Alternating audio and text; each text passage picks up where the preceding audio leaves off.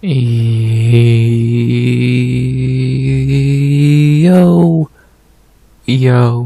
RX back with another breakdown of UFC Vegas 102, Cannonier versus Rodrigues, or Obama, as we say.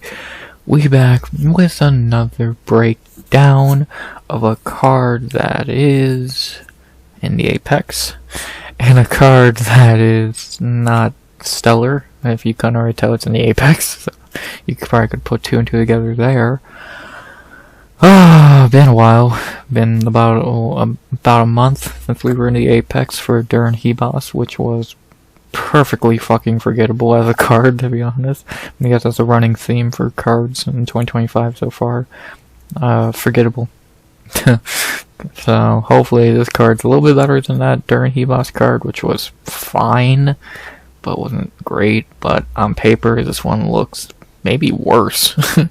It has a few good fights on it, but overall, there's not a lot on this card where I'm like, ooh, can't wait. Main event's great. Like, you can't get a much better Apex main event than Jared and RoboCop. Like, that's a fucking great fight.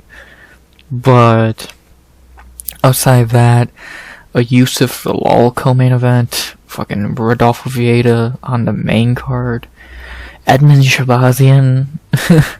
Prelims have a few good fights. Like, I'll scroll down. You got Angie, you got fucking Khaos Williams. So it's a fine card on paper. It'll probably be a fine card in execution. It'll probably be just like the fucking Duran card, where it's fine. 5 out of 10, not offensive, it's not offensively bad like a card like fucking, people were talking about it last week, I guess 297, Drakus and Strickland 1, it'll probably be more like Drakus Strickland 2, forgettable, so, I don't know, we'll see. Hopefully this is one of those rare Apex cards that's great for no reason, like we had Protez and Magni last year and a few others, but you never know with an Apex card. It can either be shockingly good or somehow even worse than expected. So we'll find out. We got 13 fights, so pretty big Apex card, and an early one, 4 o'clock in the afternoon here at least. So let's see what we got in store. Let's break this bitch down. We've broken down so many Apex cards at this point. So let's add another one to our list. Before I do, please like, comment, subscribe. 100 subs goal by the end of 2025, as always. And, yeah, can't really think of much else to say. Friday afternoon, when this is going up. You know what that means? Breakdown time. You ready? I know I am. UFC Vegas 102. Can't believe we had 100 plus of these stupid fucking cards. Maybe this one surprises us. Cross your fingers, say a prayer. Let's see. UFC Vegas 102, Killer Gorilla, and RoboCop. That's really fucking cool on the poster. Let's break it down. You ready? I am. Let's go. Yeet. 13 fights in total, as I said, and we begin with actually a decent one. I know it's a woman's fight, so a lot of people will think I'm joking when I say that, but I do think this is a decent fight. Excuse me. As in our first fight of the night, we begin in the women's bantamweight division, which, you know, is never really a good sign. But again, this fight's not terrible in my opinion. I like both these fighters, so let's see what happens. As we begin the night with the females, with Julia, Raging Panda, Avila versus Jacqueline, the Nightmare Cavalcanti. Good fight. I don't think this is that bad of a fight. Like, especially for women's bantamweight standards, which, you know, are usually pretty fucking low. This is not bad. You got a decent prospect in Jacqueline versus a okay veteran in Julia. Let's see what happens, man. I'm very fucking intrigued. This is a decent fight to open night. It's gonna go 15 minutes. We don't need to lie to ourselves there, but let's see what happens. I think we know what's gonna happen, but let's still break it down. And in that breakdown, we will begin with our first fighter of the night, the Raging Panda, Julia Aguilar. Should be the inactive Panda. 3-2 in the UFC. Been in the UFC since 2019 now. Only had 5 fights, and holy fuck cancellations. And her 3 wins have been Penny Kianzad, Gina Mazzani, and Julia Stoliarenko. Her 2 losses have been Sijara Eubanks and Miesha Tate. Yeah, she is super fucking inactive. Like, she fights in 2021, takes 2 years off, fights in 2023, takes 2 years off, fights in 2025. Like, I get it, because I think in between the Stoliarenko and the Tate fight, she had a kid, so I'll give her a break there, but, like, what's the excuse for the second 2-year layoff? So, not really a great thing to be doing consistently, especially at 36 years old, but, you know, more power to you. I guess at least no canceled fight this time, because holy fuck, that's a specialty of her. 1, 2, 3, 4, 5, 6, 7, 8, 9, 10. She's had 5 more canceled fights than she's had actual fights. Crazy. But when Avila does actually fight, she's not bad. Or at least she wasn't. I remember during the pandemic, she, like, after that Mazzani fight, she looked like an interesting prospect. She was like, she actually had a little bit of hype, and then she fought Eubanks, who for some reason just dominated her, which is weird because Sijara Eubanks is fucking terrible. So, you know, that's not a great look, and then she takes a year off, comes back in Stoliarenko, looks good, beats her, as you should, because Julia's Stoliarenko, and then she takes another 2 years off, comes back and looks god-awful versus Miesha Tate. Like, I don't remember that fight a lot, but I swear it was just a Miesha Tate masterclass, which is fucking sad, because Miesha Tate's fucking awful. So, you're letting Miesha Tate have a masterclass on you? Ugh, that's not great. But now she's back again 2 years later and 2 years older to fight Cavalcanti. I think the UFC is just trying to get Julia out of the fucking rankings and out the UFC at this point. She never fights. She's 36 years old, and I highly doubt she's gonna start fucking fighting more and fighting more and getting better at this age. So. She's not a bad fighter. Like, again, I don't think if she fought more, I think she'd be a pretty mid fighter, like on the same level as fucking, I think Penny Kianzad is a perfect example, Yana Santos. I think she'd be a perfectly mid fighter. She has good striking, her power is decent for women's bantamweight, has a ground game, but she's just kinda doesn't fight enough, and she's definitely lost a step. And now she looked rusty against Tate. Another 2-year layoff, she's gonna look even rustier against a better fighter in Cavalcanti. Yeah, I have my worry, but the one thing she does have, she's a veteran. Something Cavalcanti is not yet. She's a veteran, so we'll see if she can fucking pull off a fucking upset in her second return after a 2-year layoff. But more than likely, I would not be shocked if she doesn't pull off that upset, so. And if she does lose this fight, I wouldn't be shocked if she does get the boot, because do you really trust her to fight again before 2027? It's kind of the same thing with fucking, who fought last week who was super fucking inactive? Fucking, it was someone who's like not gonna, like, or no, it was Mike Davis from a few weeks ago. Like, yeah, even if he wins, you're not going to see him again for a year, so what's the point? Even if Julia wins, will she actually come back within a fucking year? No, probably not. So, we'll see. Good to see Avila back. I can't believe she's still fucking ranked, but we'll see for how much longer she's ranked and/or in the UFC. Good to see the Raging Panda back, but God, should have seen her more by now. To talk about her opponent, one of the few bright spots at women's bantamweight at the moment, Jacqueline Cavalcanti. Jacqueline is 3-0 in the UFC. Since making her debut in 2023, she's rattled off 3 wins versus Zara Farron, Josie Nunez, and Nora Canol.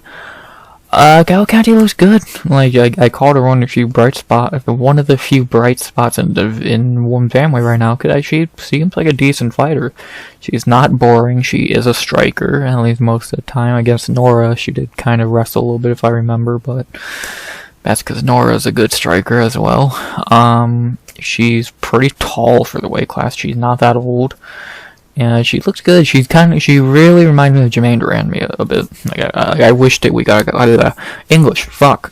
I really wish we would have got that fight. At least for that would have been a cool retirement fight for GDR. Because I think they really kind of mirror each other a good amount.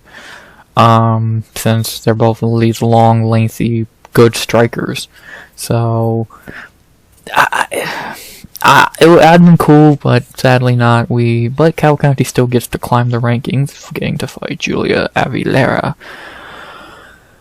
Yeah, she's probably gonna win this fight. I think this is almost a step down from Nora Canole, who she looked decent against. I don't get how she should not. Her last 2 wins should not have been split decisions. They should be 3 unanimous decisions. I think kind of weak splits, and then fucking. Even before that, she beat Melissa. I guess she changed her fucking name again. I don't know. I thought she beat Melissa Mullins. Yeah, I guess not. My bad. I thought I was saying fucking she changed her name again, but that's beside the point. Jacqueline's good. She's looked good in the UFC. She's not really shown many weaknesses. She beat Zara pretty easily, as she should. She beat Nunez how you should if you're her size fighting Josie Nunez. And she beat fucking Nora Canole how you should beat Nora Canole with fucking takedowns. So, smart. She's a smart fighter. She's a decent fighter. She seems to be getting more well-rounded. And she could be a fucking interesting fighter, man. So, interesting fighter in the division. I think she's a interesting new addition. So, I think a much needed addition to women's bantamweight, because god damn it, they have nothing for prospects at the moment. So, yeah. Fuck. Nora just got ranked because they took out fucking somebody, and she's just lost. So, what does that tell you? But outside of that, I really don't got much else to say about Jacqueline. She's pretty solid, and I'm very intrigued to see how far she can go at women's bantamweight, since again, she is pretty fucking decent. So, at least seems to be. We'll see how she does when she fights the higher echelon of the division. You know, there's not really many fighters you can call higher echelon at women's bantamweight. That's a different story. Cavalcanti, one of the few bright spots at the moment. Besides the point. The betting odds for this fight, to finally talk about the betting odds for this fight, I fucking lost my train of thought for a second. The betting odds for this fight have Jacqueline Cavalcanti, I think even higher than minus 420. I think she's like fucking minus, she might be the biggest favorite on the card. I swear she's like minus 800 or some bullshit.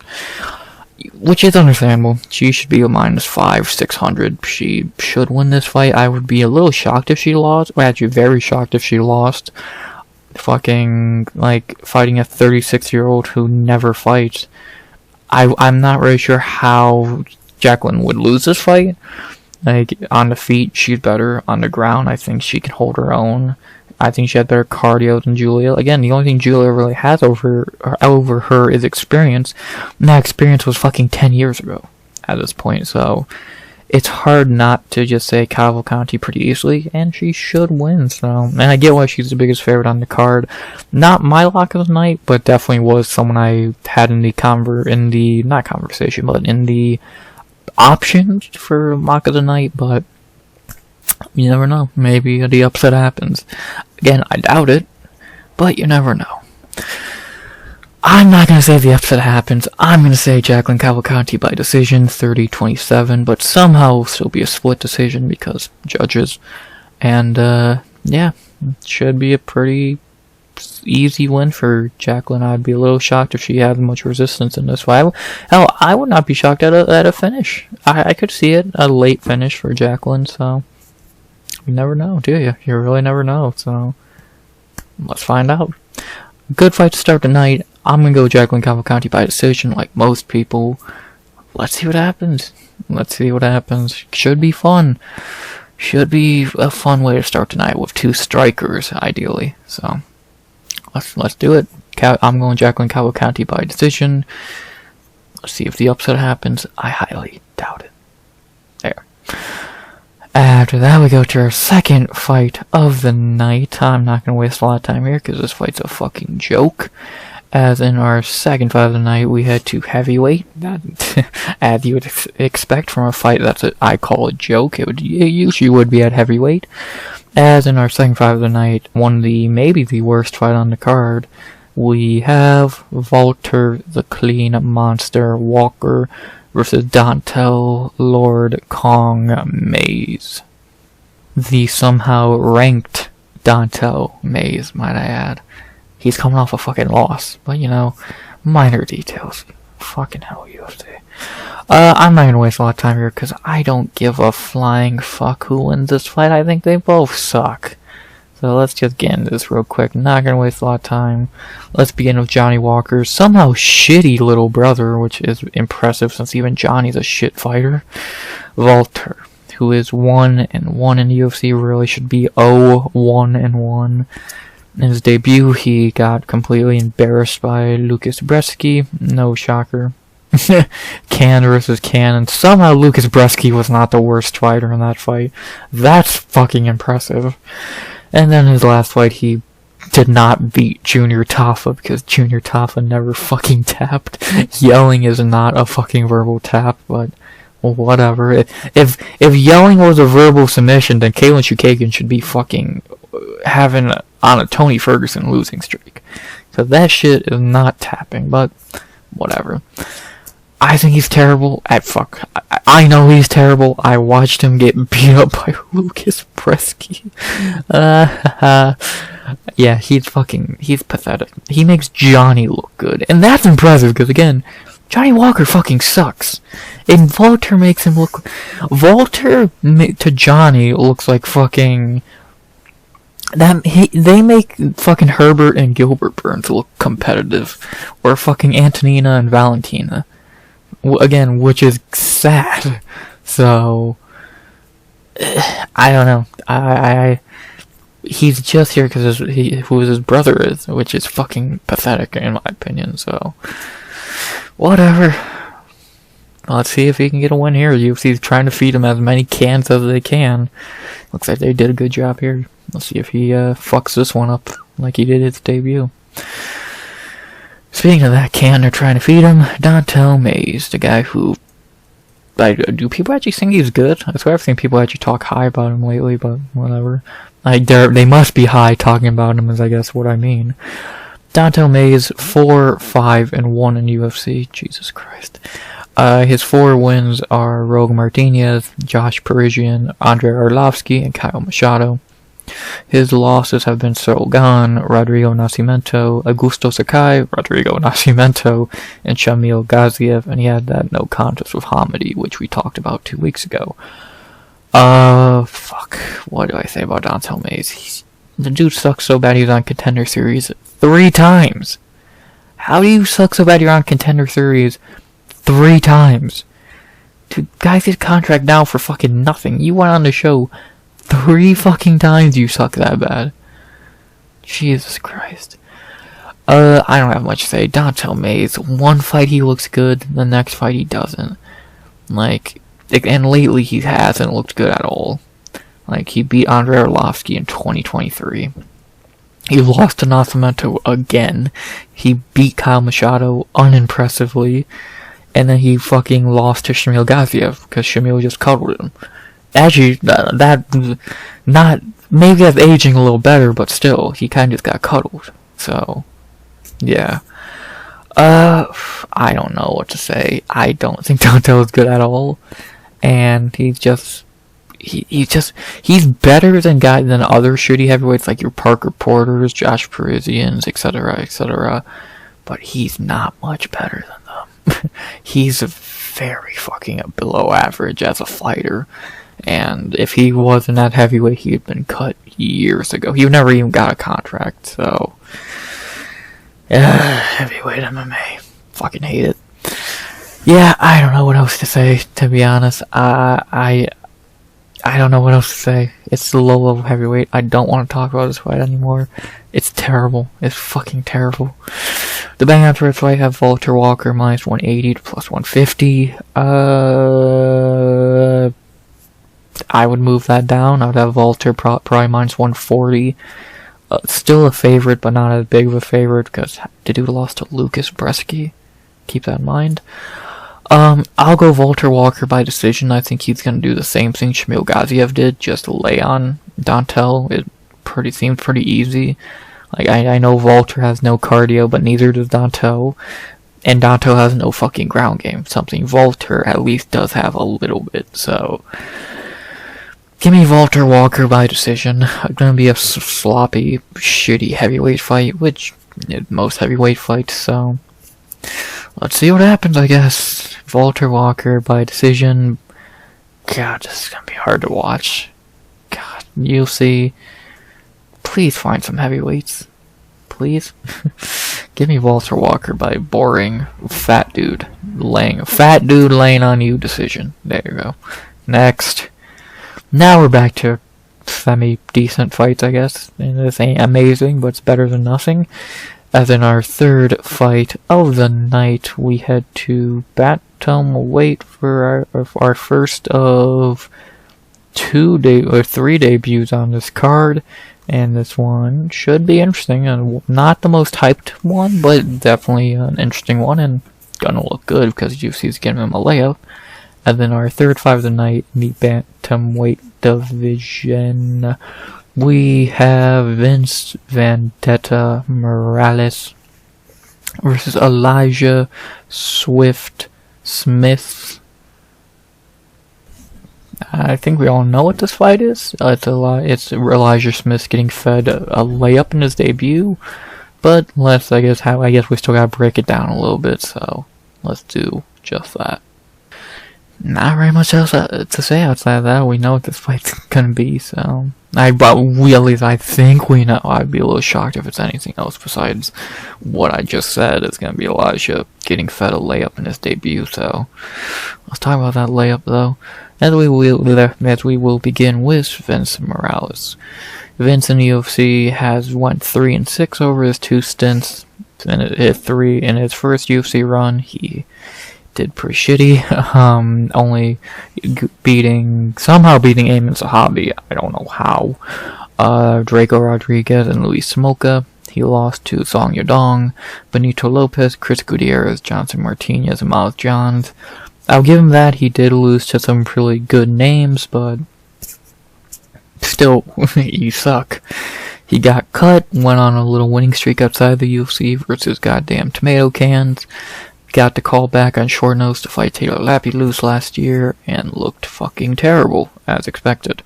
Lapilus beat him with fucking ease, wiped the floor with him, and that was that. Now he's back again for some reason, getting another shot, this time a step down against a debutant, and he's just getting fed to the kid. Morales is not good. Like, I fucking hate when people do this shit with these cans who get cut. The same thing happened with fucking Jared Gooden. He got cut. We went outside the UFC, beat a few cans, and people were like, "Man, they need to re-sign him. No, yeah, he's looking good now because he's fighting guys who are his level. And then what happened to Jared Gooden? He comes back and he looks like shit. What has happened to Vince Morales? He's come back and looked like shit. What are y'all gonna learn? Like, you still suck. These fighters are gonna suck. Yeah, they can look good outside the UFC against fucking tomato cans who are about their level. They're not gonna look good back in the UFC. Like, Youssef Zalal's a fucking perfect example we'll talk about later.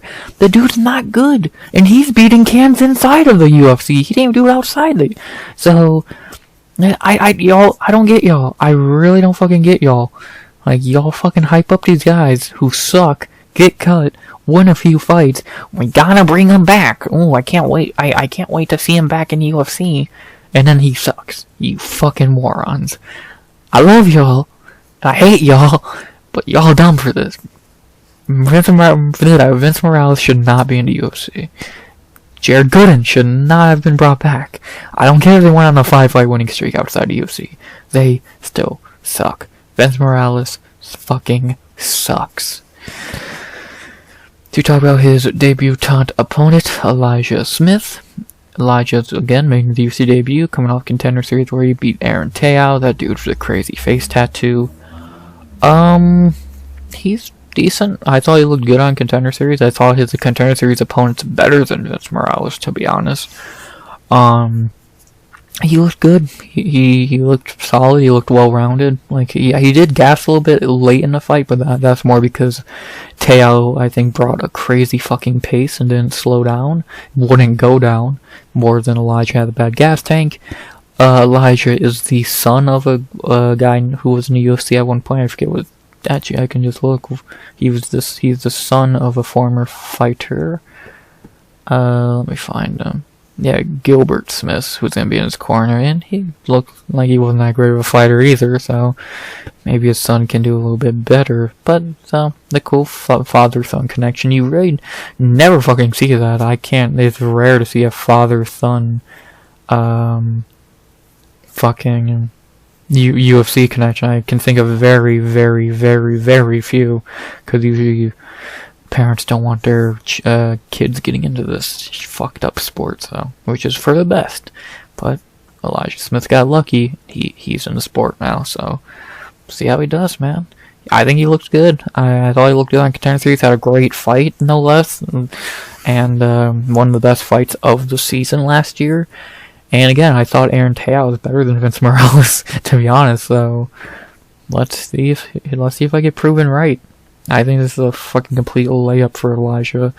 I hope you don't get fraud checked by fucking Vince Morales. Please. For fuck's sake, man. Every prospect is losing lately. We need some prospects to win already. Fuck. So, don't get fraud checked by Vince Morales. At least Payne Talbot said he lost to fucking Ione Barcelos, who's good. You have no excuse. Win. And the betting odds agree with me, having Elijah Smith minus 230 to plus 190. Actually, it might be a little bit of disrespect to Elijah, only having him that much of a favorite versus Vince Morales. Like, I think Elijah could be minus 600. He's my lock of the night, to be honest. You should not lose to Vince fucking Morales. Like, no one should. Let alone a pretty much undefeated 22-year-old decent-looking prospect. You should beat Vince Morales. So, I would have him a bigger favorite. I would have him minus 600. 700, I think, is a little too high. But I would say 500 or 600 would sound about right. He should win this fight easily. He's better than Vince Morales. I don't need to say how, because he's not Vince Morales. So, it's pretty simple. He's not shitty Vince Morales. It's as simple as it gets. So, give me Elijah Smith by probably decision. I don't think he's gonna finish Vince. I don't think he's much of a finisher anyway. 4 TKOs. I'll give Vince that. I think he's kind of hard to finish if I remember. Maybe I'm wrong. I try not to. Yeah, 5 L's. Only been finished one time in the UFC, and that was by leg kicks. So, I'll probably go Elijah Smith by decision. I don't think I'll pick by finish. Like, again, Vince is a little bit tough, and I don't know if he'll be able to get finished by Elijah. I don't think Elijah's going to really. I hope he doesn't push the pace and go for the finish. If Elijah just fights smart and does what he has to do to win, he should win pretty easily. He's, again, just better. So, give me Elijah Smith, my lock of the night by decision. I could see a finish, but I don't think I'm going to pick it. I think I'm going to go a safe, probably 29-28 decision. He might fade a little bit late in the third, but if he can secure the first 2 rounds, we should be doing good. So, give me Elijah Smith by decision, my lock of the night. Why? Because he's fighting Vince Morales. Enough said. Don't get fraud checked by Vince fucking Morales, you dumb fuck. After that, we go to our 4th fight of the night, a fight that is criminally low. How the fuck is this so low on the card? This is a fucking banging ass fight. Like, this is gonna be a fun one. And then our 4th fight of the night in the welterweight division. Speaking of families, we got a set of brothers on this card, and this is the first one up. As in our 4th fight of the night in the welterweight division. We have Gabriel Maratinha Bonfim versus Khaos, the Ox Fighter Williams. Yeah, why is this fight so low? Like, the Bonfim boys are back on a card and you have one deep into prelims. The thing with the featured prelim. If it was at least a featured prelim, it'd be a little more understandable, but this shit's all the way down here. Like, this should be the third fight. This should be before the co-main. This should maybe even be the co-main. This fight's really fucking good. I don't know why it's so low under fucking Rodolfo Vieira and Jared Gordon, and fucking Edmen Shahbazyan. Like, what the fuck? Like, this fight's... I don't get how the UFC orders cards. They're fucking stupid. They just...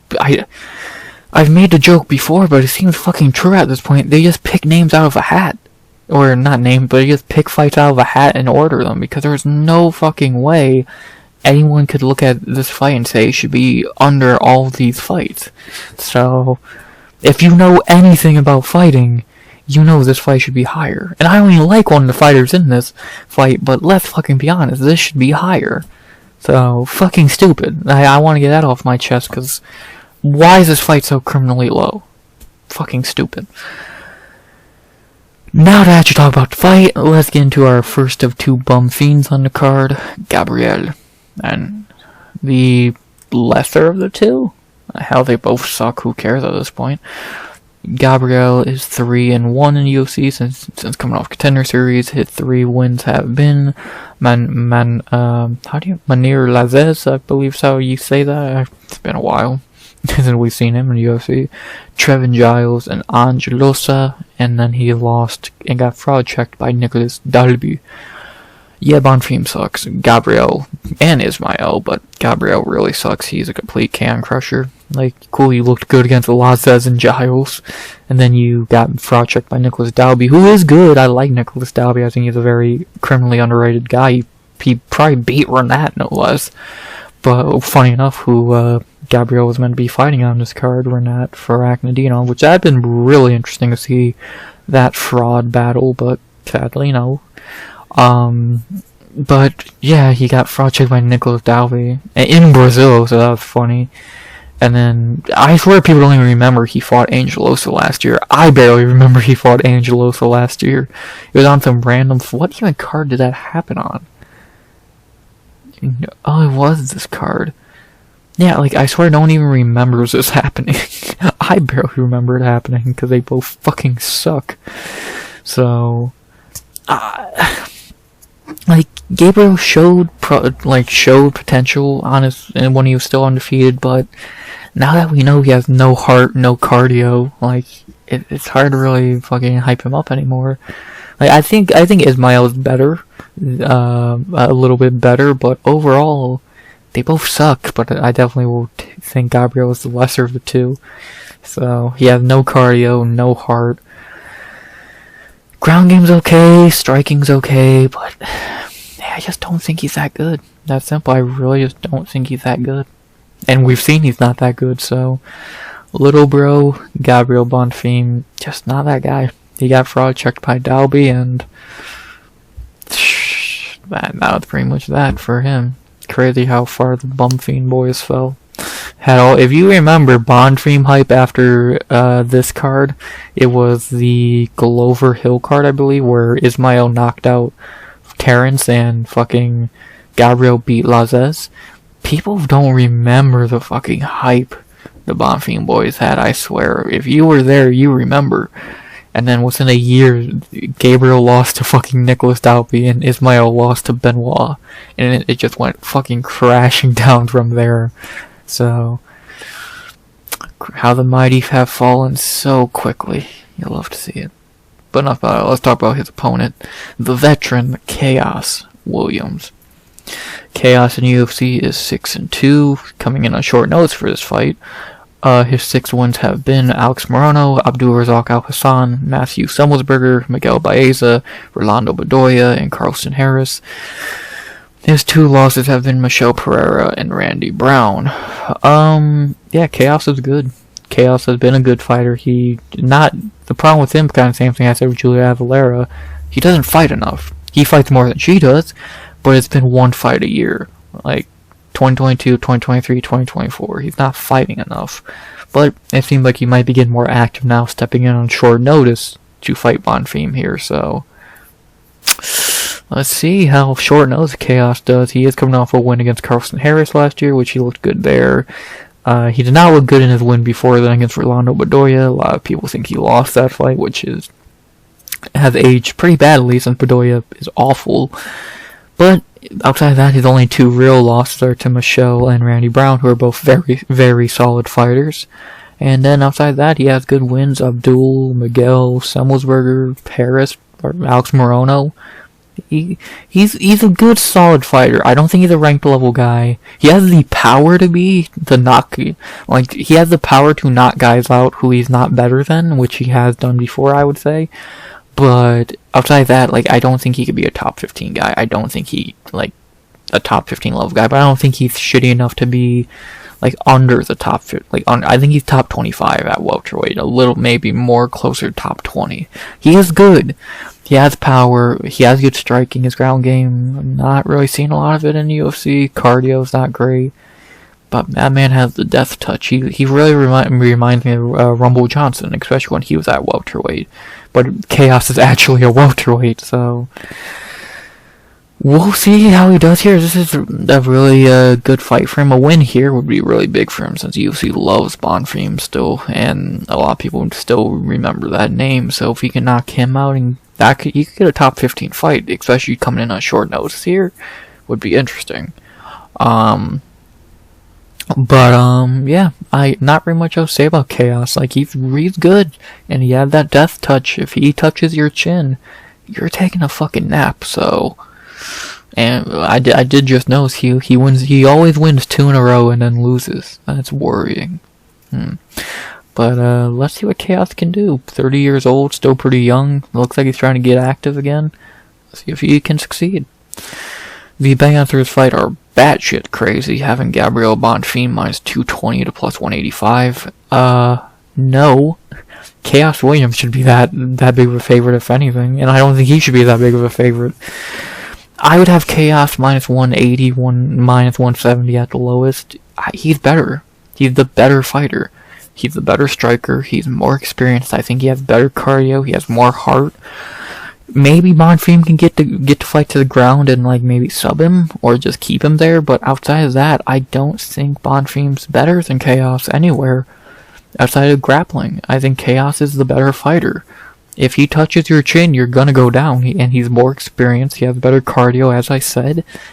I don't know what the fuck these odds are thinking. They're still living in 2023 when Bonfim didn't suck. So I think these odds are fucking stupid. So I don't get it. I truly don't. I'm gonna go Khaos Williams by knockout in the first. I think he's going to catch that chin of Gabriel and send him to the Shadow Realm. He's just... Bonfim's not very good. Khaos is pretty good.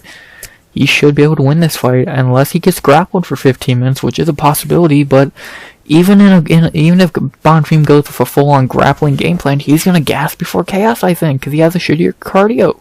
He has a shittier gas tank.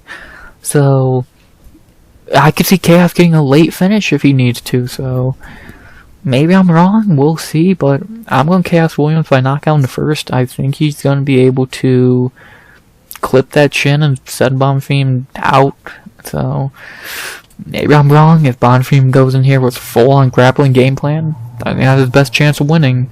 Aside that, I think Khaos is going to send another body to the Shadow Realm. Give me the underdog, Khaos Williams by knockout in the first. Let's see if I'm dumb and the betting odds are right, but I think it's the other way around. I'm right, the betting odds are dumb. Let's find out. Khaos, knockout in the first.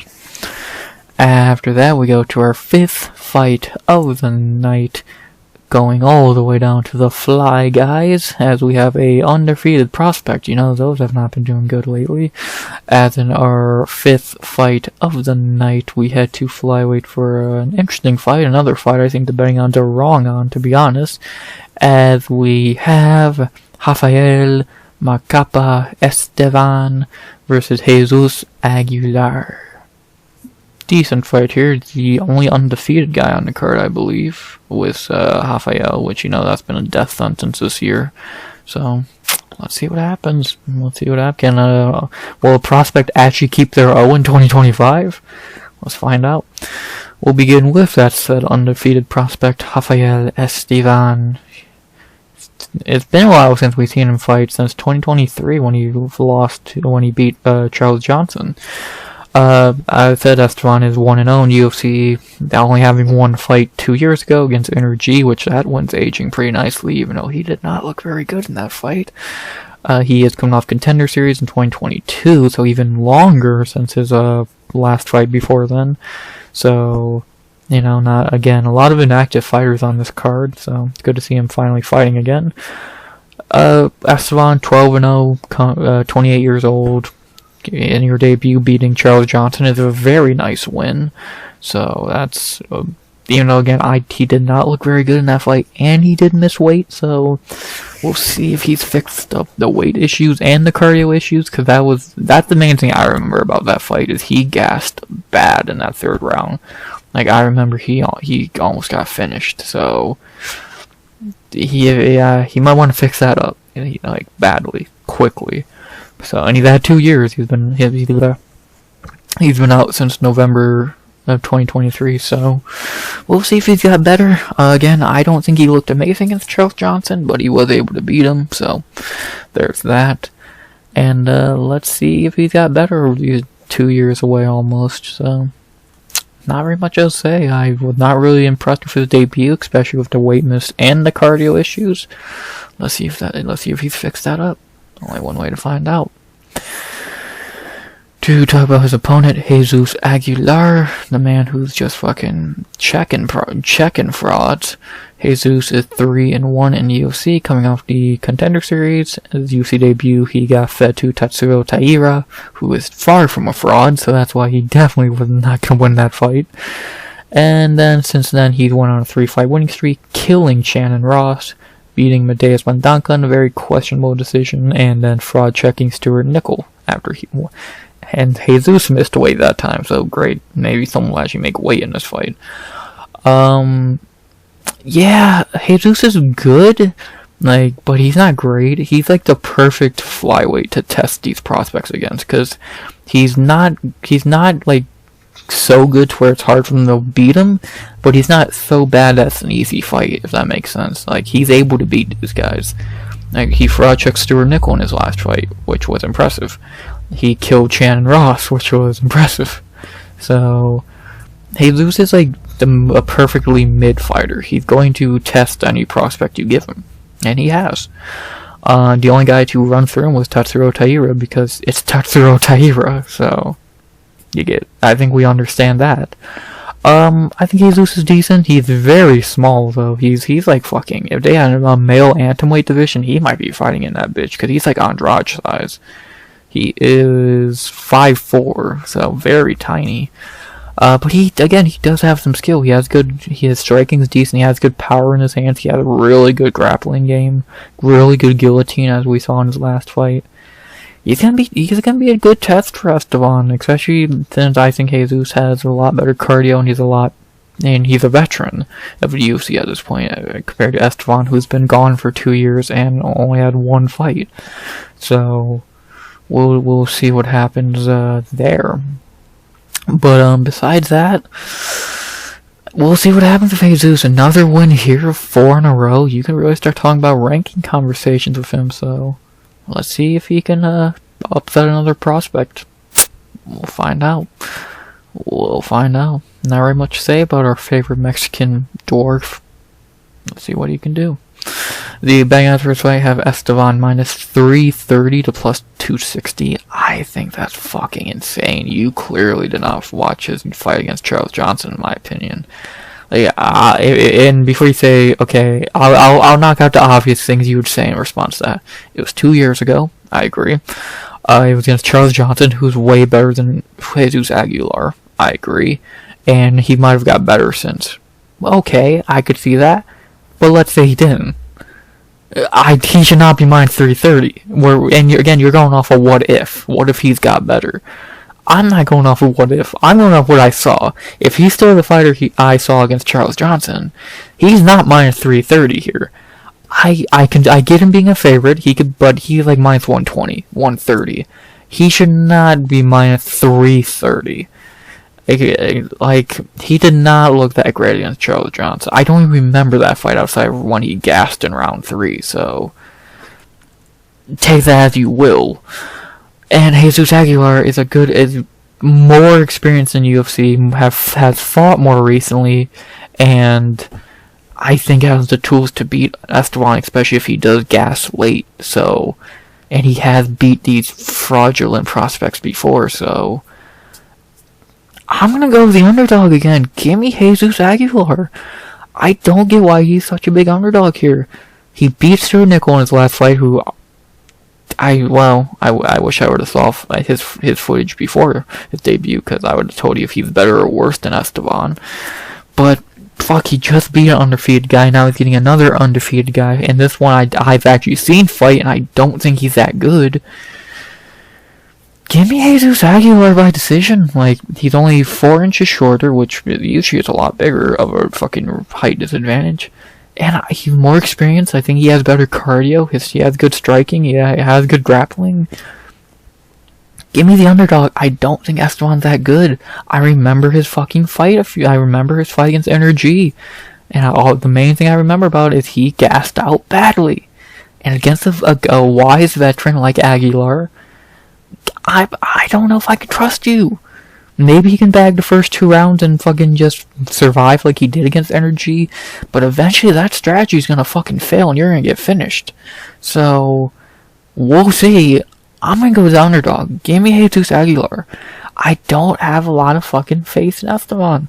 Prove me wrong. Maybe this will look like a bad pick afterwards, but right now, from the footage I've seen of these two, and I've watched all their UFC fights, as of right now, I'm going to Jesus Aguilar. So, give me Jesus Aguilar by decision. It's hard not to pick him here. I think he's better. I think he's going to be able to fraud check another fraud. So, give me Jesus Aguilar by decision. Will this look dumb? Will this look dumb by the end of the fight? Maybe. Or will this look genius by the end of the fight? Maybe. I don't think it's... I think it's a very close fight. Again, minus 120, 130 for Estevam, so that's how I look at it. Give me Jesus Aguilar by decision. I just feel it, man, especially with prospects losing their O lately. Come on, a lot of signs are pointing to Jesus.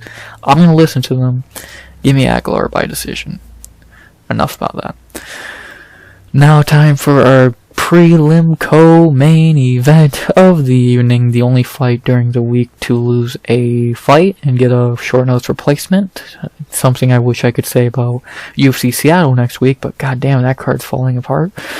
But that's next week. This week, this is the only fight to have a short notice replacement, as we have in our co-main of the prelims in the lightweight division. We have Jared Flash Gordon versus, let's try and say this fucking name, Mashrabjon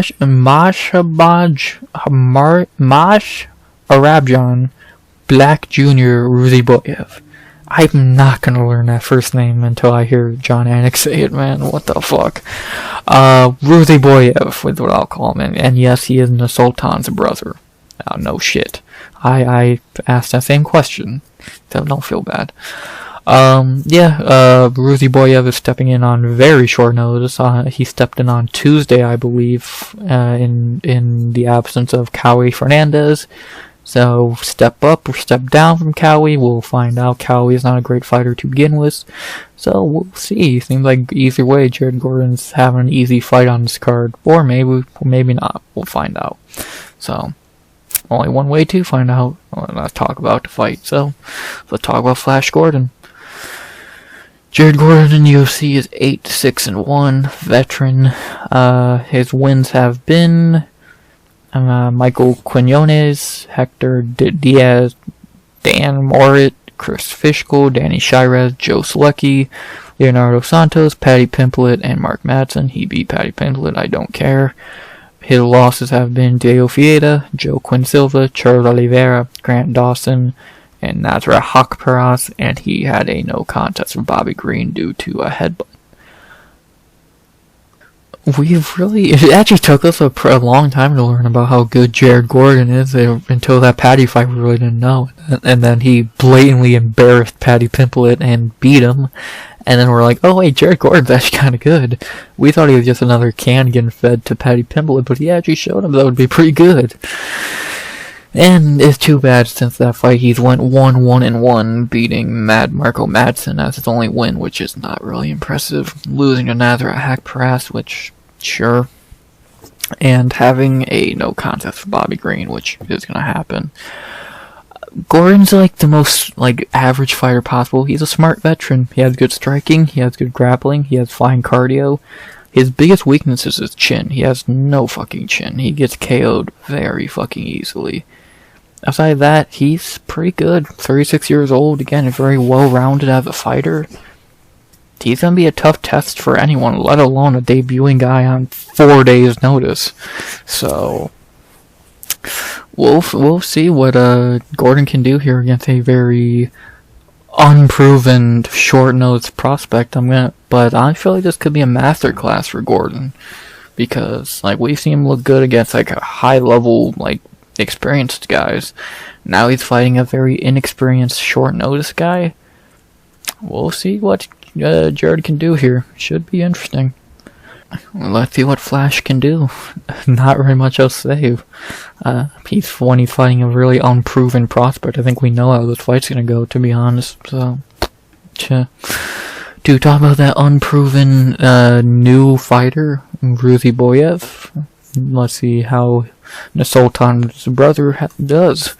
Not heard many great things about Ruziboev since this fight has been booked. Not really heard much great things. I've heard it maybe he's better than his brother, or he's worse than his brother, which I guess is a kind of low bar since Sultan ain't very good himself. But something I don't need to hear but see is he's beat fucking nobody. 0-0, 0-2, 2-1, 16-14, 12-17, 20-11, 8-9-1. Oh boy, yeah, this dude's a complete can crusher. He's on a winning streak, but against nobodies. He hasn't fought in 2 years. He's 28 years old on a 7-fight winning streak, sure. Yeah, this guy's probably gonna get fucking exposed badly. The only way I think he wins is fucking clipping Gordon's chin, which is always a possibility. Always a fucking possibility, but outside of that, yeah, this guy looks like he fucking sucks. So, good luck. Let's see if you're better or worse than your brother. We had a brother win last week with Alexander Topuria. Let's see if MASH can follow suit. Only one way to find out. The Bangmasters fight are not on Tapology at the moment, but I did see him earlier. I think Gordon's -3, 400, something along those lines, which is expected. He should win this fight pretty easily. The only way I see him losing is if he gets his chin cracked, which, as Jared Gordon, is always going to be a possibility, but more than likely I just see a Jared Gordon masterclass versus a very inexperienced can crusher.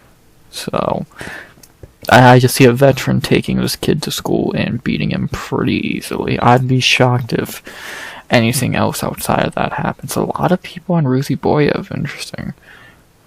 Maybe people know something I don't, but from what I've heard and what I see, Jared Gordon should be able to get a pretty easy win here, so give me Jared Gordon by decision. I don't think he really has much issues here. Just don't get your chin cracked. Don't get knocked out, and you should win pretty easily, it seems. So, let's see, 5'11", so he's 2 inches taller. So, it just looks like a Jared Gordon win. So, that's all I'm seeing here. So, give me Jared Gordon by decision. Should not be that hard of a fight for him. Again, I'd be shocked if anything else outside of that happens. Because the only thing I could see is a knockout, so I don't, unless he gets his chin cracked like he usually does. Give me Jared Gordon by decision. So, yeah, not really much else to say besides that. Let's see how our see if Ruziboev can pull off the upset. I doubt it. Jared Gordon by decision. After that, we go to our featured prelim in the finally featured prelim, only an hour in the women's straw weight division. A very good fight. I'm very excited for this fight. I think it's very intriguing. And in our featured prelim, this should be on the main card. We have the OG legend Angela Overkill Hill versus Ketlen Esquintinderhinda. I know how to say that. Souza. Very good fight here. Really, I'm really intrigued in this fight for many reasons. We had an OG versus a really fucking hot prospect riding that 2-fight winning streak and all the momentum. This should be interesting. It should be very interesting. I'm excited. I'm very excited for this fight. Like, I know it's gonna go to decision, and I know it's probably not gonna be the best fight, but I'm so intrigued to see what happens between these two, so I don't care. I can't wait. This should be fun. Angie and Ketlen, OG versus Momentum riding prospect. Let's see what happens. I'm not even gonna waste a lot of time talking about Angie. What can I even say at this point? She's now 40. She's a woman, and she's 40, or whatever John Anik says every time a fighter is 40. She's an OG. She's a fucking legend at this point. No, she's never been the best fighter, but she's Angie. How do you not love Angie? We know the judges don't love Angie, but that's a different story. She's 2-2 in her last 4. Fucking 3-2 in her last 5. Fucking 4-2 in her last 6, so I got that. Losing to Dern and Ricci in her last few losses. That happens.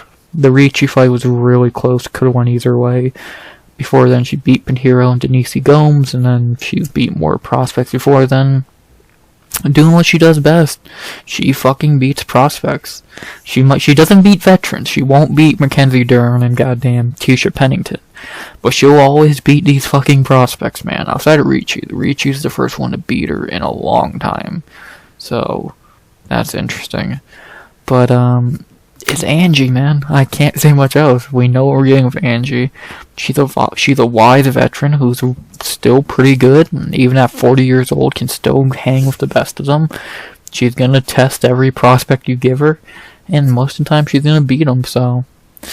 And if it's a close fight, she's never gonna win that decision, so. Yeah, not really much else I can say. It's Angie. Again, what can I say about someone who's fought 1,000 times and fucking we know what we're getting with her by now. She's not going to become a different fighter at 40, so not very much else I can say. It's Angie. How do you not love Angie? Bare minimum, how do you not respect Angie? So, not sure what else to say. To talk about her opponent, Ketlen Souza, who is riding a very nice winning streak right now. She is 2-1 in the UFC. In her UFC debut, she got her knee snapped and popped by fucking Karine Silva, but that was up a weight class on short notice. Since moving back down to strawweight, which is her weight class, she's went on a 2-fight winning streak last year, beating Marnik Man and Yasmin Haugui. The Marnik Man win is forgettable because who cares? But the Yasmin one was really impressive. Dropping Yasmin and subbing her a nice little club and sub. That was impressive. That was like shocking. Yasmin was my lock of the night that card. And Ketlen said, fuck you. Overhand right, guillotine, rear naked choke, done. Now she's looking like a legit prospect. She has the striking, she has the ground game, her cardio looks good. She's a real prospect now. So, and she's only 29 years old. Now you gotta pass the Angie test. It's just like the welterweights having to pass the Neil Magny test. Can you beat Angie? If you can, then we can start looking at you as a real, like, ranked fighter. But if you can't beat Angie, then we know your level. So, let's see what Ketlen can do here, man. Coming off a crazy win as a giant underdog, no less. Getting a bonus at the Sphere. on the prelims? That's impressive. Let's see how she follows it up against the OG. Can she join the top 15? Or will Angie sunder back down to reality? Let's find out. The betting odds for this fight have Angela Hill minus 125. I think that's what the odds are still. They might have even got closer from what I remember. I don't remember, to be honest. But the odds are not much different from that. They're still very close. So I think Topology's actually leaning the fucking prospect. That's interesting. This is a good fight. I can see this going either way, and I agree with the betting odds being pretty even. You can really go either way for this fight, in my opinion. I'm gonna lean with the OG, though. I'm just feeling like Angie's the pick here. I think Ketlen's good, but I don't think I've seen enough to be able to pick her against Angie. I think Ketlen has potential. I think she's good. She's still young, only 29 years old, and that Yasmin win was great. But Yasmin Hagui is one thing. She's a fraud. Angela Hill is actually pretty fucking good still. And she's gonna test you, so I'm intrigued, but I'm gonna lean with the OG, I think. And then I'm gonna lean with the OG. Give me Angela Hill by decision. I think she might be able to fucking do what she does best. What she did to Loopy, to Cody, Pinheiro, fucking Gomes. She'll just find a way to stall you and beat you. That's what she does to all these fucking prospects, man. So, give me Angela Hill by decision. She always finds a way to beat these prospects, and I think she'll do it again. So, give me Angie by decision. I won't be shocked if I get it wrong. I would not be shocked at all. Ketlen again. I think it's a very intriguing prospect, and I could see her getting the win. But I'm gonna lean with the OG. Give me Angela over Kill Hill by decision. Probably gonna be a split decision because it's Angela Hill, you know. Her judges are always gonna try and fuck her over, but I think she's gonna be able to take it. So give me Angie by decision, but it's gonna be a close fight probably. So could go either way. I'm taking the OG though.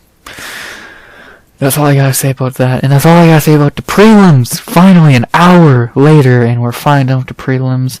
They're not bad. They're truly not.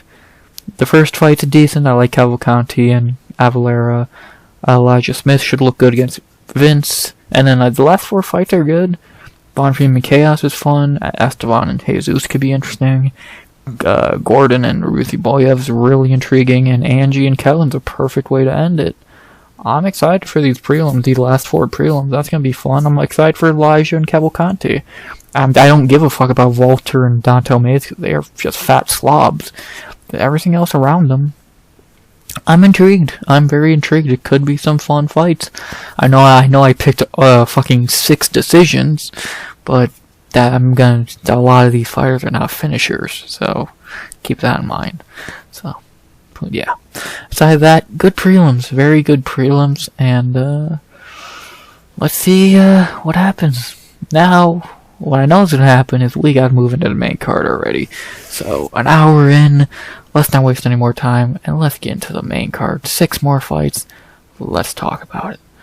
We begin in the featherweight division with a fight that's, on paper, looks like it's a bad main card opener, but actually, it makes a lot of sense, especially since I don't think there's a much better fight to open main card. And then our main card opener of UFC Vegas 102, we had 2 featherweight for a prospect battle. One's a prospect, one's not. As we have Jose Delgado versus Connor, the Controller Matthews. This is a lot like the Elijah Smith fight to an extent, just a little more competitive because Vince Morales is way worse than Connor Matthews, and that's impressive because Connor Matthews is fucking terrible. But yeah, this is another fight where the UFC trying to build up a prospect from the Contender Series, so let's see how they do. Without further ado, let's talk about our first main card fighter of the night, Jose Delgado. Jose in UFC has made his debut, of course, again, coming off Contender Series, where he looked amazing. He was the 2nd fight of the season after Lonnie Kavanaugh's beautiful fucking knockout. And he followed that up pretty well, getting a nice knee flying knee knockout of Ernie Juarez, or however you say it. I think he was the underdog in that fight, wasn't he? Or am I wrong? No, he's a giant favorite. Never mind. Delgado looked great. He's an MMA lab member, so he has good kicks, good striking, good power, yada yada yada. And he's 26 years old, 8-1. He looks good. He looked like a really good, interesting prospect on Contender Series. I still think he needs some work before he can really go far at featherweight, especially with featherweight being as strong as it is. But a few layup fights like Connor Matthews and some of one or two more after this to like get him some fucking more experienced. But yeah, I still think he might be a little green. But if he can knock out that little bit of green in him, he could be a fucking decent fighter. I think he'd really go pretty far. I believe. I don't know about top 15, but I think he can join the ranks of like the pretty good unranked guys at 145. So. But he's still a little green, which I do think, at least from what I remember, he's a little green. So we'll see if he gets knocked out in this fight, maybe one or two more layups. If he can, again, I think we got a very interesting prospect from MMA Lab joining the featherweight division. Not very much else to say. Delgado looks good. Is that Frank Mir behind him? What's up, Frank? To talk about his opponent, Connor Matthews. Connor in the UFC is 0-1, coming out Contender Series, where he had to have 2 stints on there. In his UFC debut last year, he fought Dennis Bazookia and got fucking annihilated. That's not a good sign, because Dennis Bazookia fucking sucks. Yeah, I don't got a lot to say about Connor Matthews. The UFC is feeding him to a young prospect. They want him to beat Dennis Bazookia, he didn't, and now he's getting fed to a prospect. The UFC knows what they're doing. They're just feeding this poor guy to a fucking prospect they think's very good. And, yeah, it's pretty fucking simple. Maybe Connor can fucking wrestle him to the ground and boringly cuddle him for 15 minutes and fraud check him, but outside of that, I think Connor Matthews is probably going to get beat up pretty badly here, so not really much else to say, in my opinion. He's not very good, and the UFC is just feeding him to the wolves. So let's watch him get fucking eaten. The bang-outs first fight have Jose Delgado minus 230 to plus 190. Yeah, I think those odds are fair. If not, even you could have Delgado a bigger favorite, minus 290, almost 300, I think. He should win pretty easily. From what I've seen from these two, which I've seen 1 fight from Delgado and 3 from Matthews, because his 2 Contender Series fights, Delgado looks 1,000 times better. Even being as green as I think he still is a little bit, he still levels above Connor Matthews. So, what can I say? Again, the UFC is just feeding Connor to a fucking prospect they think's very good, so it's that simple. I can't make it any simpler than that, so let's not try to. Let's not overthink it, and let's just do the easy fucking prediction and breakdown. They're feeding Connor to a good prospect. Simple.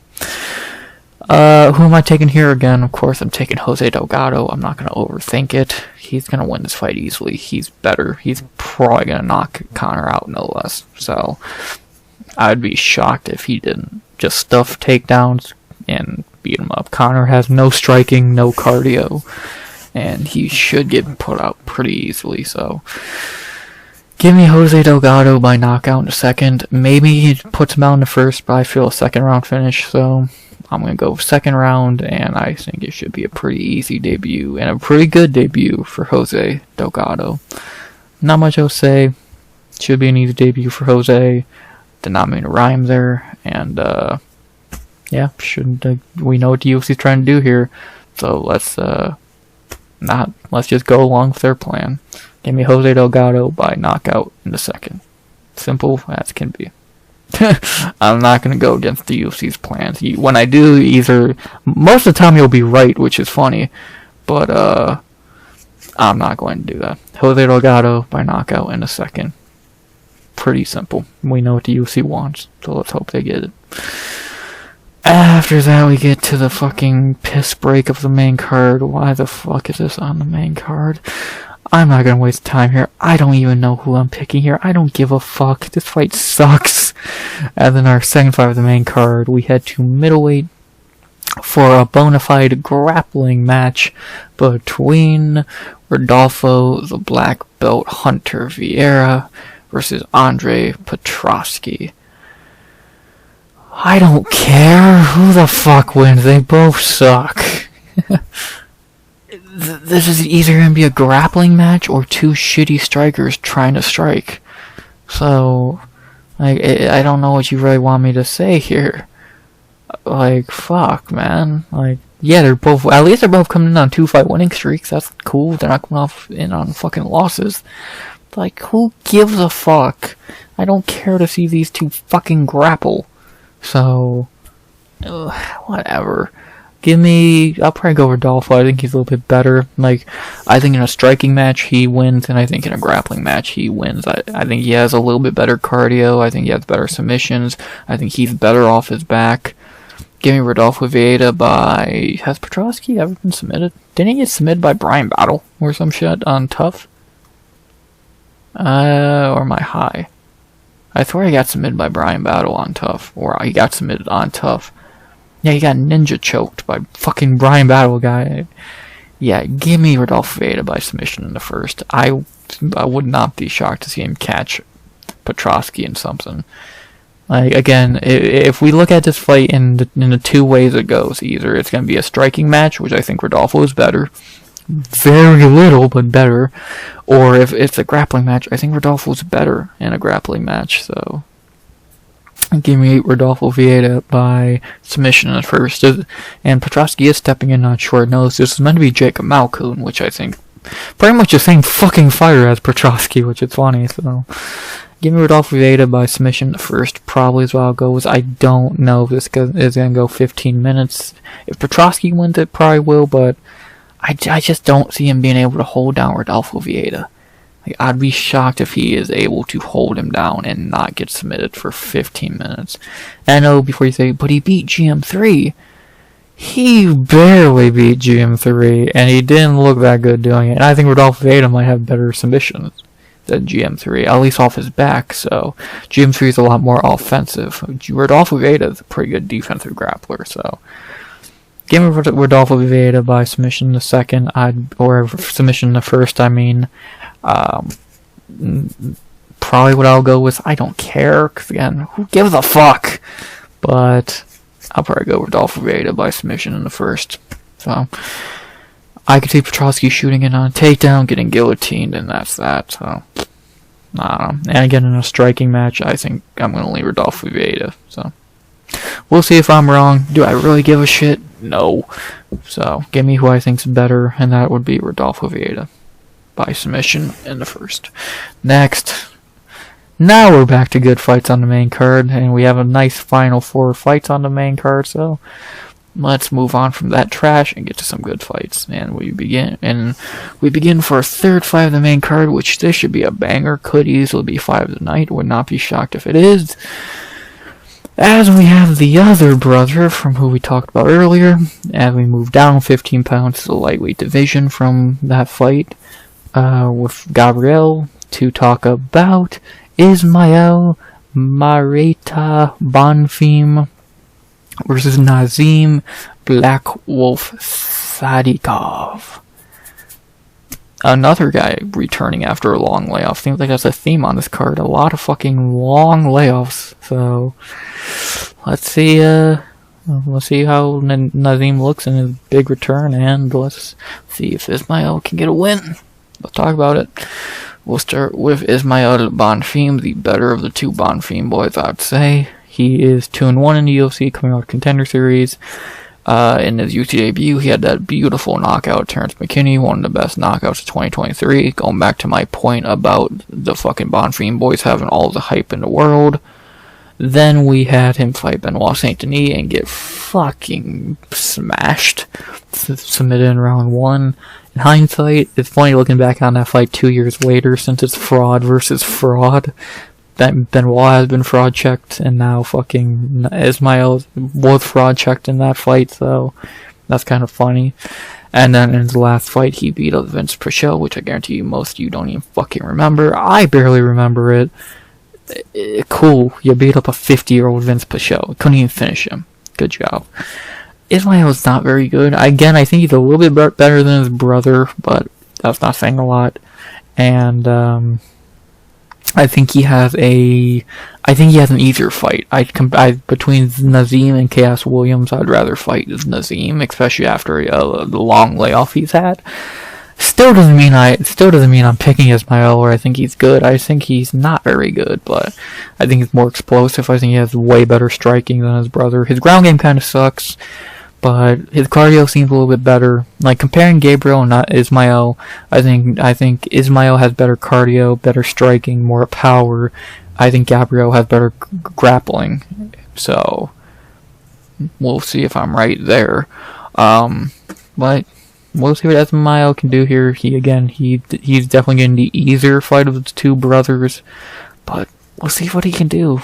He's definitely he has the better striking and cardio, but he's definitely kind of behind in the grappling. Let's see what he can do. Jabrow's opponent, the finally back, Nazim Sadykhov. It's been a while, man, since fucking Vieira 2 years ago. So good to see Nazim finally back after taking 2024 off. Nazim in the UFC is 2-0-1 since coming out of Contender Series. His 2 wins have been Evan Elder and Terrence McKinney. The Evan Elder fight, very questionable in the win column since he, kind of was losing that fight and kind of was a bullshit doctor stoppage, if we're going to be honest. Minor details. And then he had a draw with Slava Claus in a fucking banger in MSG at 295. Since then, we've not seen him fight. He had 2 fights booked in 2024, both fell through, sadly. Not a lot to say about Nazim. So we've not seen him since 2023, and when we did see him, he looked alright. His striking's good, but definitely could be better. His grappling's decent. His cardio's not amazing. Definitely not his strong suit. He does train with Marab and Aljo and all those guys, so he's had a year to just train with those guys and get better. So hopefully he has. If he has, I think this fight will be very intriguing. Because again, Nazim does have really good striking, but it's still not amazing. He has good power. His cardio's kind of weak though. His grappling's alright. He's fine. I don't look at him as an amazing fighter. I think he's very average, even a little below average, but he's fucking 2-0-1, and he's beat guys like McKinney and had a banger with Slava Claus. So we'll see what he can do here after a long layoff. We'll see if he's gotten better or worse. We'll see if he has any ring rust, which is something I've not really talked about much with all of these fighters returning on this card. So I think we might get a lot of rusty fighters in the Apex on Saturday, but I guess we'll have to wait and find out. Outside of that, good to see Nazim back, and let's see how he does. Not an easy return fight, as bad as I think the Bonfim boys are. He's fighting the better Bonfim boy, and still, they're still capable of beating bad fighters. So they're not complete cans, but they're not great. So yeah, the Bang Hunters fight are more realistic than the fucking Gabriel Bonfim fight, having Ismael only minus 145 to plus 120. I would have this fight a pick'em. I think this fight's closer, is more of a pick'em than anything. I'm leading Nazim. I think he's a little bit better. I think if we compare these two, I think Ismael might be a little bit better of a striker. Maybe it's very competitive. I think the striking's going to be pretty close. The grappling, I think I lean Nazim. Cardio, I might lean Ismael. But we'll see. Both of these guys only have 3 fights in UFC. But Ismael has fought more recently, so that's definitely a plus on his side. It's a close fight. It's gonna be a close fight. On the feet, they're gonna be even, in my opinion, or as even as you can get. And on the ground, it's gonna be interesting. I think Nazim's gonna be better on the ground though, a little bit. The cardio might be the make or break thing in this fight, because this fight's probably gonna go 15 minutes, and it might be 1-1 going into the third. Whoever has enough gas in that third round is gonna take it. and I don't think either of you guys have great cardio, so we're gonna find out. It's gonna be interesting. I'm still gonna lean Nazim Sadykhov. I think he should be able to win. I think if he can secure the first 2 rounds of takedowns, maybe the whole fight would just keep getting takedowns. Might be his easiest path to victory, but he might want to fucking strike, which is going to be a dangerous path to victory. But if that's what he wants to do, we'll find out. Again, I think they're very competitive and even on the feet, so only one way to find out, ain't it? So let's find out on Saturday. This fight should be a pick'em. I think it's a very close fight. And who am I going with? I'm going to go Nazim Sadykhov. I think he will be able to edge out a decision here. Maybe a split, we'll find out. But I think he's going to be able to do enough to edge out a decision. So, you mean Nazim Sadykhov by decision in his return after some time away. And, yeah, gonna be tight. I won't be out of the 2 Bonfim fights. I'm more worried about getting this one wrong than I am Gabriel Santos. I could see both Bonfim boys winning, but I think this one's a little more likely for me to be wrong. So, only one way to find out, though, and that's have him put him in the cage and find out. I'm gonna go Nazim Sadykhov, the underdog by decision, but this could go either way. I don't think we're gonna get a finish though. I would be a little shocked at a finish, but you never know, do ya? So, give me Nazim Sadykhov by decision. I think you can edge out a decision. Let's find out. Should be fun. Might be 5 of the night. Can't wait. After that, we head to our 4th fight of the main card. I'm not going to waste your time with this fight. We all know what this fight's going to be. And then our 4th fight of the main card, we head to the middleweight division for, God, a pathetic excuse of fucking cherry picking and trying to get someone to win.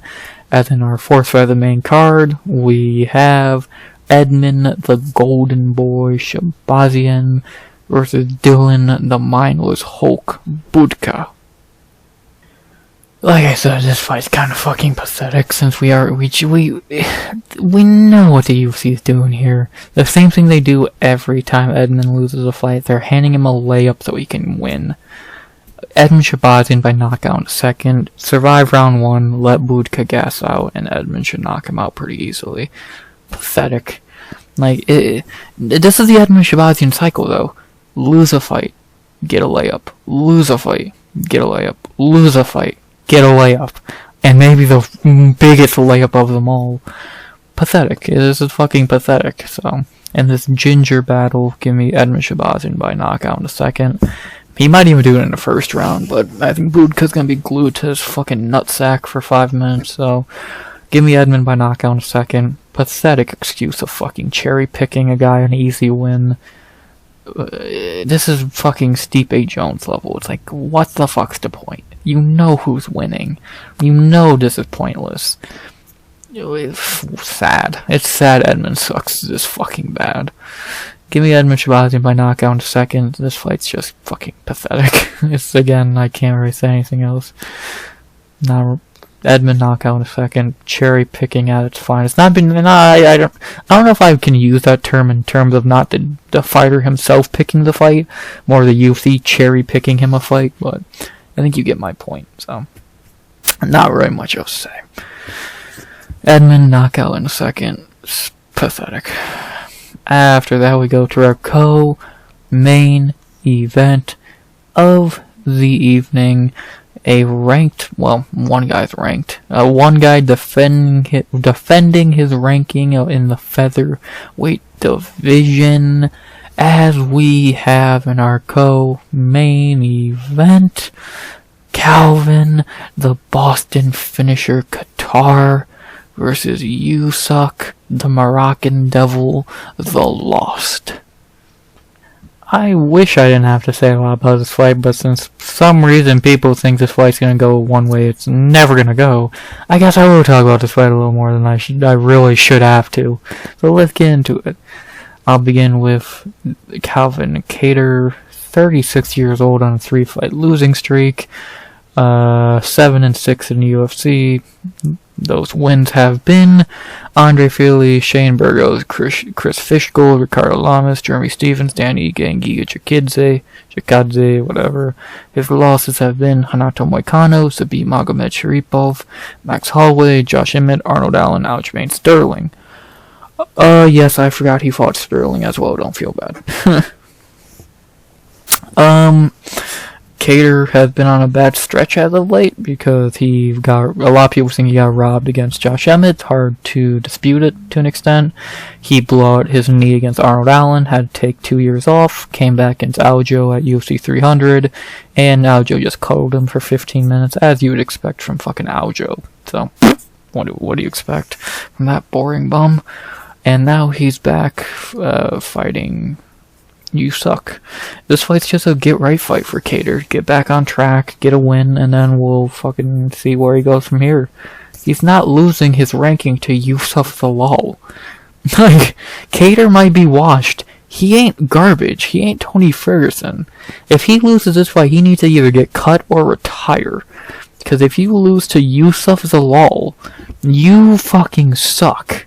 So, I don't see Calvin Kattar losing his job and ranking to Youssef Zalal. I don't care if he's 36 or 56. He's not losing to Youssef Zalal. To speak of that, man, Youssef Zalal, let's look at why people are so hyped on him. He is 6-3-1 in the UFC. In his first UFC run, he sucked. 1-3, lost 4 in a row, got cut. Cool. Then he left the UFC, went on a 5-fight winning streak in different sports, beating a bunch of tomato cans no one's ever heard of. And then he comes back, and then he's now on a 3-fight winning streak, beating Billy Q, Jarno Aarons, and Jack Shore. Okay, yeah, those are his best wins in UFC. Let's really look at them. Billy Q, who is old and kind of losing a step. Jarno Aarons, who sucks ass, and Jack Shore, who's fucking retired now and was not that good to begin with. A little bit of a step fucking down from Calvin Kattar, right? Like, goddamn. Same thing I said fucking earlier. Y'all hype up these guys who fucking suck for no reason. I don't get it. You do this every time, especially with guys who get cut and come back. You hype them up. Fucking, like, goddamn, I don't get y'all. Y'all hype up trash so often. I'm not gonna say, like, I haven't before, but y'all do it consistently. Y'all are so hyped on this motherfucker, you have him -500 against Calvin Kattar. He's not good. He lost to fucking Sung-Woo Choi. You think he has a flying fucking chance in hell of beating Calvin Kattar? But he beat Jack Shore and Billy Q. Cool, those guys are perfectly fine fighters. But, let's be honest, those guys are down here in skill level. Calvin Kattar is Calvin Kattar. Even at 36, he's fucking washed. So, I feel like we're missing the point here, gang. Calvin Kattar's not losing to Youssef Zalal. Think about what you're saying. Before you say it, think about it. You think Youssef Zalal's going to beat Calvin Kattar. You're a fucking idiot. If it happens, fine, I'm a fucking idiot. It's a good thing it's not gonna happen. Kattar's gonna send this bum back to reality and fucking get a win. Stop fooling yourselves and falling for these shitty hype trains of these guys who are not good. Fuck. These betting odds are maybe one of the funniest betting odds of all time. They should be completely flipped. Like, Kattar should be a -400. He's not fucking losing to Youssef Zalal. There's no fucking chance he's losing to that fucking can-crushing bum. Not happening. It's just not. So, give me Calvin Kattar by decision. I'll laugh so fucking hard if Kattar destroys them and wins. I'll laugh so fucking hard at y'all on Twitter and in the recap. I'm gonna laugh so hard at y'all who fucking had him -4 or 500, who were so high on him since his return. Like, I've seen people say, oh, I can't wait for Zalal Ilya 2. What? Are you fucking high? You have to be to think Zalal can even sniff a title. He's lucky to even be getting this fight. He should be fighting on the fucking early prelims against fucking William Gomez or fucking Nate Landwehr. Like, he shouldn't even be in this fight. So y'all are gonna fucking fall for this trap card, and when the obvious trap card shows itself to be a trap card, I'm gonna laugh at y'all. Give me Cavalcanti by decision. Easiest money you'll make in maybe ever. The funniest betting odds you'll ever see. Cavalcanti by decision. Y'all must have forgot. He's not that washed where he's losing to Youssef Zalal. Wake up. After that, time to go into our main event of the evening.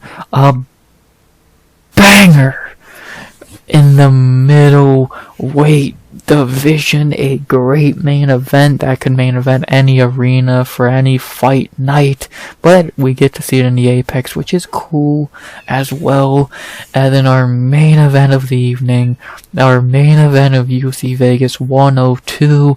We head to middleweight for a fun fight between the killer gorilla Jared Cannonier versus Gregory RoboCop Rodrigues, or better known as Violent Obama.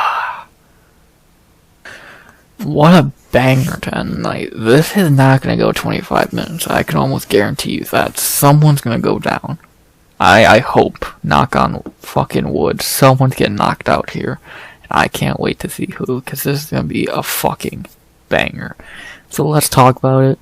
Don't really need to talk about Jared Cannonier. Man has had 7 main events in a row now, or whatever the fuck the number is at this point. Only winning 1 against Marvin Vettori, which is funny. In his last 2 fights, he got kind of, he even though he did kind of get robbed against Imavov, he still wasn't looking amazing, and he might have lost anyway, but whatever. If Imavov, he fucking sucks. Jared would smash him if he was a little bit younger. And then in his last fight, he had a banger of Kyle Borrello, even though I think he's coming back way too quick after that fight, in a fight where he pretty much got knocked out, and if we're being honest, he should have got knocked out if Kyle would have stepped back, but, you know, he wanted to jump on him, so, whatever. Fucking Cannonier's getting old, man. He's getting old and he's starting to show it. He can still go and he's still having good fights with the best of them, but he's definitely starting to lose a step. His chin's starting to go. He is 40, he's going to be 41 next month, almost a month from now. He could easily be on a 3-fight losing streak by the end of the weekend. I don't know how much he has left. I don't know how many fights he has left. He's starting to get up there in age, and the damage is just going to keep piling on, so I don't know how much he has left. I truly just don't know how much he has left. So, yes, that sucks today about Jared, because he's been a fucking, like, Jared Cannonier, like, in the top of the middleweight division is just kind of something you expect to see every time you check the middleweight rankings, but now he's, outside the top 5? Like, so now he's outside the top 5, fighting unranked dudes. It's starting to look like the end for him. This fight for the UFC, the English, and 9, what I meant to say, this fight is the UFC seeing what he really has left. If he loses this, they might be done with him. If he wins this, they still have he still has a little bit of value left to give, so we'll see if Jared can turn back the clock, man. Turn back the clock and show he's still got a little bit left, but they gave him a very tough opponent to do that against. With that opponent being Violent Obama, Gregory Rodrigues, who is 7-2 in the UFC, really should be 8-1 in my opinion. He got robbed against Armand Petroski. But outside of that robbery against Petroski and that KO, that I think flash KO more than anything against Ferreira, he's been fucking great in the UFC. If you look down at the UFC career, he came in on short notice against a hyped up Dusko Todorovic and won as an underdog. I predicted that. had a banger with Jun Young Park, had a banger with Petroski, but again got robbed. Flatline Marquez, fucking somehow survived against Chitty and Chokawani, and then destroyed Dennis Tululian, destroyed Brad Torres, and fucking took COD to school. So it's pretty simple. Like, he's just been dominating guys. The only guys to really give him problems are Chitty, who almost kneed his fucking skull in half.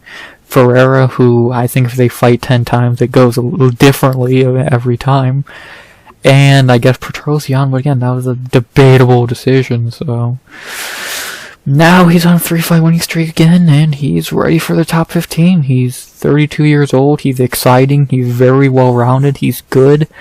The only thing you worry about with him is his chin. Now, obviously, if you look at the Bruno Vieira fight, it only takes one to knock him out, and that's been kind of a problem a lot of his UFC career. Or his whole career, he got knocked out on Contender Series by Jordan Williams, who was fucking awful. So, you know, that's gonna happen, I guess, though. He's good, man. RoboCop is good. He's gotten better. I do think we've seen him get better throughout the UFC run. And, like, where is he really bad at outside of his chin strength? His striking's good. His power's crazy. He seems to have really fucking big power in his hands. His grappling's good. His cardio's good. He has good heart. He has good heart. He has just no chin. So if you don't hit him in the chin, he can survive. But if you hit him in the chin, he's kind of fucked because he's gonna go out cold. So, you know, that happens. I guess it's gonna happen. But when having a weak chin is your biggest fucking weakness, that's not a bad thing. That's not really it's not really a bad thing. Yeah, when you're fighting Jared Cannonier it is, but besides that, I don't really see any holes in RoboCop's game, so he looks ready for top 15. He looks like he'd be a real contender. I don't think he can beat guys. I don't think he's gonna beat guys like Kaio and Drakus and yada yada. But I think he can beat guys like Jared, Hermanson, who the fuck else is ranked? Imavov, fucking guys like that, so... But only one way to find out. The betting odds for this fight have RoboCop minus 190 to plus 155. Yeah, I don't think he should be minus 200, but I think 190, 195 is, like, perfect. It's hard to pick against RoboCop here. Like, if you look, like, striking, they're very even. I think Cannonier has better power, but barely. I think RoboCop has a weaker chin. But then you go into what I think is going to be a big deciding factor. Cardio, RoboCop's better. Grappling, RoboCop's better. Like, he's not taking as much damage, especially lately. He's not fought in 6 months. Cannonier just had a war in a main event a few months ago, which I think has come back too quickly from. So, you know, it's going to be a good fight. Someone's going to get knocked out. Or submitted. I would not be shocked if RoboCop submitted Cannonier. But I see a knockout here, man. Someone's going to get dropped. RoboCop might get put down, or Cannonier can get put down. Whichever one, it's gonna be good, and I can't fucking wait. Who am I picking? Sorry, Jared, but I can't. You can't not pick RoboCop here, in my opinion. Like, it's hard to pick against RoboCop, and all the momentum. Cannonier has no momentum. RoboCop is fucking 8 years younger. He should win. I'm going RoboCop. I think the UFC is trying to get rid of Cannonier. I think they used him up, and now they're kind of just trying to throw him away. So I think they've got everything they want out of Cannonier. Now it's time for RoboCop to get in the rankings. So let's see if he can. I'm gonna go Gregory Rodrigues to get the win here, and I'm gonna go by. I think he's gonna get a knockout I'm feeling the third round. I don't think we're gonna get a first round knockout. I think that's gonna be a feeling out process. But I think when round 2 starts, that's when bombs are gonna be thrown. Then I think we're gonna get a finish in round 2 or 3. So I'm gonna go Gregory Rodrigues by knockout in the third, I believe, is what I'm feeling. I think he's gonna be able to put Cannonier out within the second or third round. So I think Kaio did a lot of the work, and I think RoboCop's gonna put the finishing touches on Jared Cannonier. They'll give me Gregory, Violent Obama Rodrigues by knockout in the third. to end the night and more than likely end Jared Cannonier's career. No one has finished Cannonier at middleweight, at least by knockout. The only people to finish him, I'm not counting Imlov, I don't care. The only guys to finish him by knockout were Dominic Reyes and Sean Jordan in 2 different weight classes. I see RoboCop can be the first to knock him out at middleweight. Have you ever been submitted? Never submitted. That's interesting. That might change. What won't change is my prediction. I'm going Gregory Rodrigues by knockout in 3rd. I'm thinking about to stick with that. I don't see it being in the 2nd. I could see it, but I'm not going to go to the 2nd round. I'm going to stick with 3rd round. So that's my pick. Gregory Rodrigues by knockout in the 3rd to end UFC Vegas 102. Finally, boom, that's the card. To go over my picks one more time after an hour and 40 minutes. Jacqueline Cavalcanti by decision. Valter Walker by decision. Elijah Smith, my lock of the night, by decision. Khaos Williams, by knockout in the 1st. Jesus Aguilar by decision. Jared Gordon by decision. Angela Hill by decision. Jose Delgado by knockout in the 2nd. Rodolfo Vieira by submission in the 1st, I guess. Nazim Sadykhov by decision. Edmen Shahbazyan by knockout in the 2nd. Cavalcanti by decision. And Gregory RoboCop Rodrigues by knockout in the 3rd. Bang. It's not a bad card. It's not a great card. It's a fine looking card. It has potential. The prelims have a lot of potential to be pretty fucking good. The main card has a lot of fun potential to be pretty good. The main event, well, I'm not going to say it has potential. It's going to be good. Those two cannot have a boring fight. It's a decent card. The only 2 bad fights on the card, I would say, are Rodolfo Vieira and Armin Petroski. I think Andre Petroski, I think that fight kind of sucks. And Valter Walker, Dontel Mays. I think everything else is good. Cavalcanti, decent. Vince Morales is good. It's a decent fight. These 4 are going to be fun. This should be fun. Not you. This should be fun. These 4 should be fun, even with this being a fucking layup of a fight. This should be funny. 2 bad fights out of 13. I'm not upset about that. I'm not gonna ever be upset about that. On paper, at least, though. Hell, if we get fucking 11 good fights here, I'll be happy. I doubt we will, but I'll be happy if we do. So, and you'll find out if we did when I recap this card on Sunday. Hopefully not as late as last week, I promise. I'm not gonna promise. I hope I'll be getting this out before fucking, well, when did I get the recap out last week? 7 o'clock? I'm gonna try and get it out early. If I can get it out at 1 o'clock, like I plan to, like always, I will. If I can't, I'm sorry, I'll get it out on sometime. I'll get it out sometime on Sunday. I promise that, at least sometime on Sunday. So keep an eye out, notifications and all that. I don't know why you'd have notifications on for me, but thank you if you do. And I can't really think of anything else to say.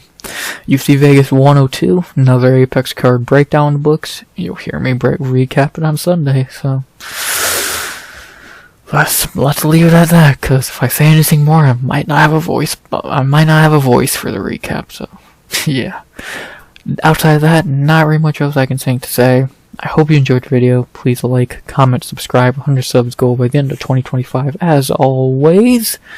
And unless I'm forgetting to say something, which I would be shocked if I am, because how the fuck could I be forgetting to say something at this point? As always,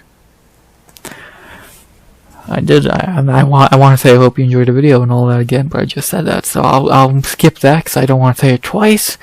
And I'll say, as always, RX finally out. Good vibes only. And always, fuck Valentine's Day.